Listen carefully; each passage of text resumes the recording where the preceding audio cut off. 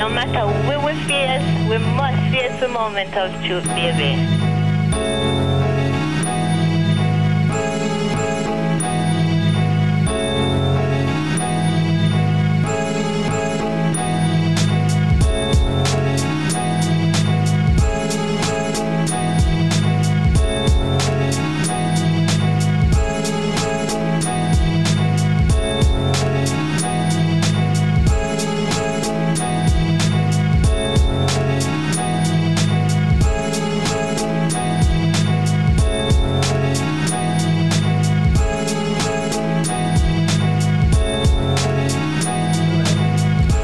Ledegaard Høfsner. Jeg går på Bryggeriets Gymnasie, og jeg er 17 år og kommer fra Danmark.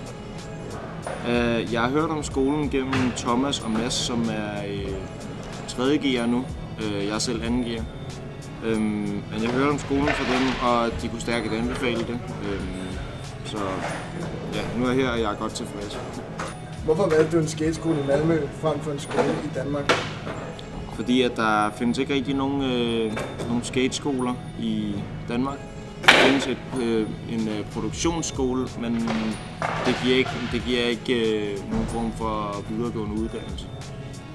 Så ja, jeg valgte gymnasiet frem for en produktionsskole. Hvad tror du får ud af at gå her på skolen? Jeg håber, at jeg kan få en normal gymnasieuddannelse. Og så en masse erfaring med skateboarding. Er det svært med at tale svensk hele tiden? Det var det de første 2 uger, men derefter blev det mere og mere naturligt, og nu forstår jeg næsten alt, hvad som bliver sagt på svensk. Hvad synes du om skateboardbanen, de har med? De har jo lige bygget den om, så, men ja, altså, jeg synes, det er en udmærket hal. Altså, der er jo intet, der er perfekt, men altså, det er alligevel rigtig, rigtig godt, synes jeg. Så det er en dejlig hal. Hvad er det bedste ved at gå på skolen? Det er skating. Simpelthen. Er der andet? Ja, altså... En ting, som er rigtig ret, det er, at alle lærerne de er så glade og så flinke hele tiden. Der har altid været en sur lærer på en skole, men jeg er ikke rigtig... Det er den første skole, hvor jeg kan have en sur lærer. Så det er også dejligt. Hvad er det værste ved at gå? Det er vel... Det ved jeg ikke helt.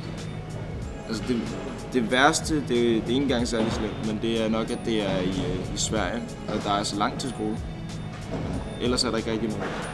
Hvad er det ved skateboarding, der er så skide fedt, som gør, at du får lyst til at tage fra Danmark til Malmø hver eneste dag? Det er svært at beskrive.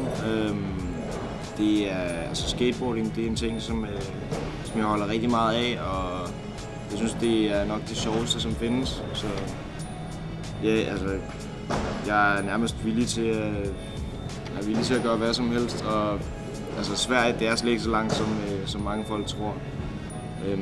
Selvfølgelig er det et stykke, men jeg synes, det er det værd, når man tænker på, hvad som venter herovre på den anden side af broen.